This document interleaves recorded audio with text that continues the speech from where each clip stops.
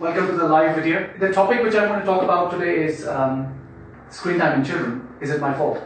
And the reason for this topic is because many parents have come to me and said, our kids are using a lot of screen time. How can we help our children? Are we doing the right thing? And can you give us some advice? So I thought it's a good idea and good opportunity to have a chat with you. And later on, you are more than welcome to ask questions and see what we can do to help or how I can help you. Screen time in children. We will all agree that screen time in children is something which has its positives as well as its negatives. Positives we all know very well, that it helps them with education at different levels. There are some devices which also helps children to focus as well. So there are lots of positives when it comes to screen times. But unfortunately, what I'm seeing in my clinical practice that there are lots of negatives of screen time.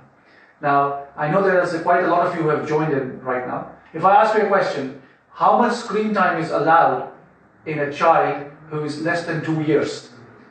Just type your answers there and see what you guys think. I'll give you some options. If your child is under 2 years of age, you are allowed 4 hours screen time, 2 hours screen time, 1 hour screen time per 24 hours. What do you think? Somebody has already written a very good answer there, that you are allowed absolute zero screen time. Somebody's also written 1 hour. So I think this is the right answer, by the way. So if you have a child who's less than 2 years of age, should not have any screen time. If I think myself as a parent, many times when we are bored and we are, we want to do something of our own, we want our child to just go and sit down somewhere quietly, and we say, okay, take this phone, and then we let them just go away. But actually, if your child is less than 2 years of age, they should have zero screen time. Let's talk about why am I discussing this today? What is the science behind it? What are my theories behind this? And how we can help you or help each other as parents. I'll start with a very important or very research theory of something called Ludic loop. So what is a Ludic loop? There is a assistant professor in communications in New York University. Her name is Dr. Natasha Schull.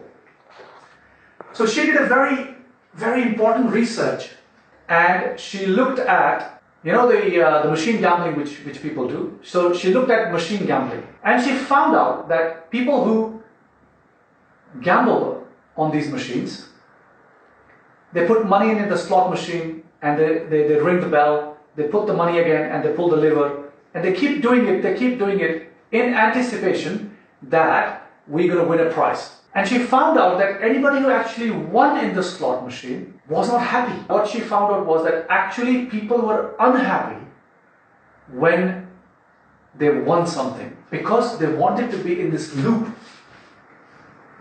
And the loop was that I put in the slot money, nothing happens. I put in the money, nothing happens.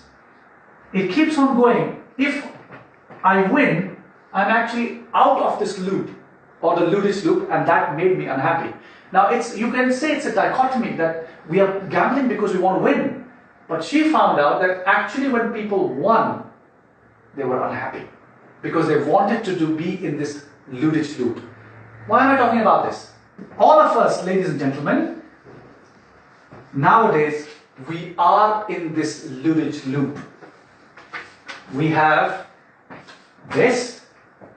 We watch YouTube in the morning, and the YouTube, when it slightly finishes, we go and see what is going on in our professional life in LinkedIn. I'm not against anybody, I'm just saying, using some examples. We go on something else. When we are done with this, we pick up something else. We go and see how things are going on in our life on this, right?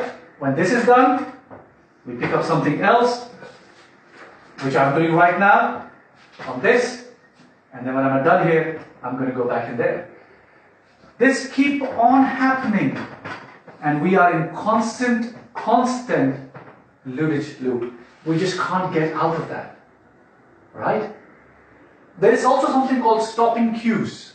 There's a word called stopping cues, in which, for example, if I hold a book up If I'm reading a book, the book will finish at some point.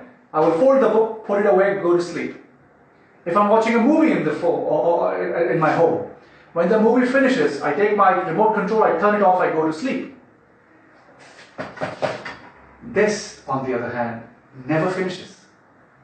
You can go into this loop any time of the day, and I can assure you, if you're not sleeping, you can be in this loop for 24 hours.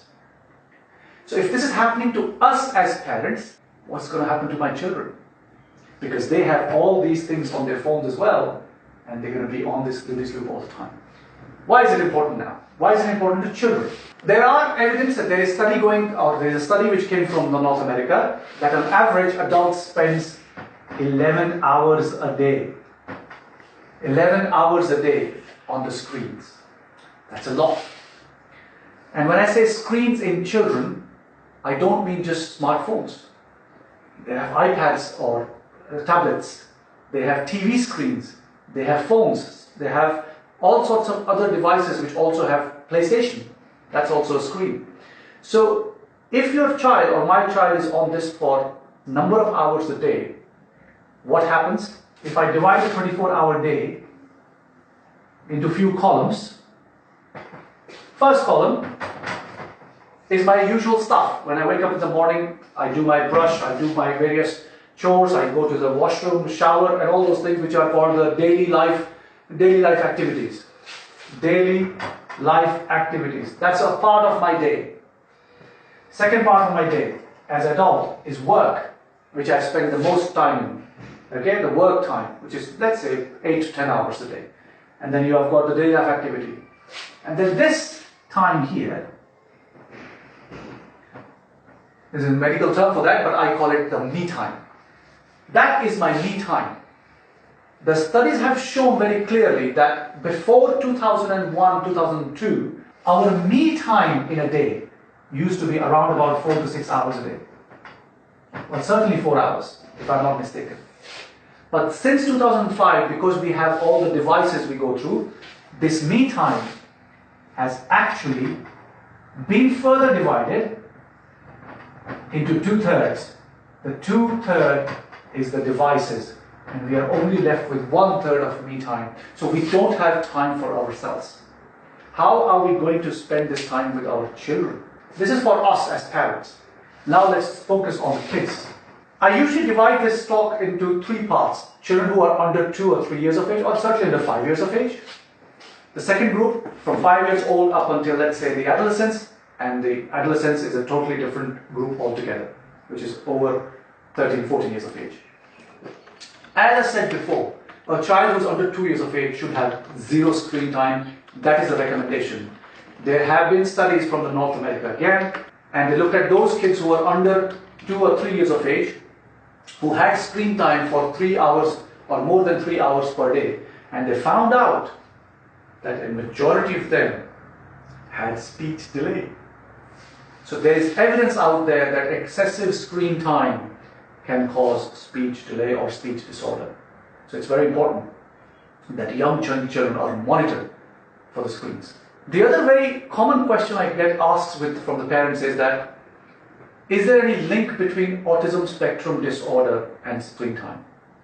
Now that's a very tricky one to answer. Yes, there is no direct link, there's no direct correlation. But I believe that there is definitely some correlation, and I'll give you an example from my own practice. When I suspect a child who is a young person or a young child with suspected autism spectrum disorder, I do tell the families that the first thing you need to do is stop their screen time or cut down their screen time as much as possible. When they come back and see me after 4 or 6 weeks, as we are trying to help them with the therapies, the first thing they tell me is that, doctor, our child's eye contact has remarkably improved since we have decreased the screen time. So there is definite evidence that social communication, social cues improve once the screen time is reduced. And why is that? So my theory behind this is that a telephone, if it is in front of the child, or a smartphone in front of the child, or anything in front of the child, is like a monologue. They're just going to hear that monologue. They're not going to say anything back to their device. Yet when you have the devices away from each other, they're going to interact with you. Now that brings me to another whole lot of topic which people talk about: nuclear families and joint families. Lots of years ago, there were more joint families when you used to have, granddads, grandparents along with you. Families were bigger. Children used to get what we call as behavioral therapy commonly because they were all looked after. And there were no screen times then because there was so much else to do. But with the nuclear families which we have these days, it can be difficult because mom and dad both have to work. So I understand the difficulties because I'm a parent myself and we have to go through that as well. But when we fall into the trap of giving the phone and a smartphone to the child when we want our own me time and we are also sitting in front of the screen, we are choosing e-nanny. Smartphone for me is a form of e-nanny now because I want to do my own stuff, I want to do my own work. Hey, you go, that's my phone to you, do what you want to do and come back to me after 1 hour. That concept of e-nanny of the smartphones or the devices can actually have a lot of implications on the children, particularly on the young children. If we talk about older kids, adolescents, they have to go to school, they have to use the devices, and that's something which you cannot get away from. But what we have to understand as parents is that when they come back from school, how much do we allow them? How much is safe for them so that they can have social interactions as well? Many times we go to eat out. So many times I've seen that families are sitting together, the whole family's on the phone. That is something we as parents have to understand, that when we are together as family, we leave this e-nanny out of the picture and we tend to have conversation with them. Having open conversations with young people, with teenagers, how much screens to use, how much to use them judicially, school days, non-school days, so that there's guidance, yes, but there's no obvious guidelines for that. So you have to have discussion with your young persons, young people in the family, and then come to agreement that what is appropriate for them. And why is it important is for children and young teenagers is because it affects their sleep patterns. A child or a young child or an adolescent, if they are on the screens for prolonged periods of time, it's going to affect their sleep patterns. If it affects their sleep pattern, it affects their day performance, educational performance at school, because if they're not awake, they're not going to do much, are they? So it's really important to have certain sort of understanding with your kids who are a bit younger or adolescents, how much is hygienic screen time, or I call it screen time hygiene. So that's something you have to work out with your own child because every child is different. So what I wanted to convey the message in today's discussion was that somewhere along the line, I as a parent have to take responsibility. Am I in that ludish loop where I'm always in that loop of looking at the screen? Is my child learning from me that, okay, my dad is doing this, so I can do that as well? Am I spending more quality time with my child and trying to remove my own screens away so that I can spend time more with them rather than they just be plonking in front of the screens? I'll stop there now. Thank you for listening. Whoever has joined in, thank you very much indeed. And I really hope that in future also we can do more of these discussions, and if there are any questions, I'm more than happy to answer.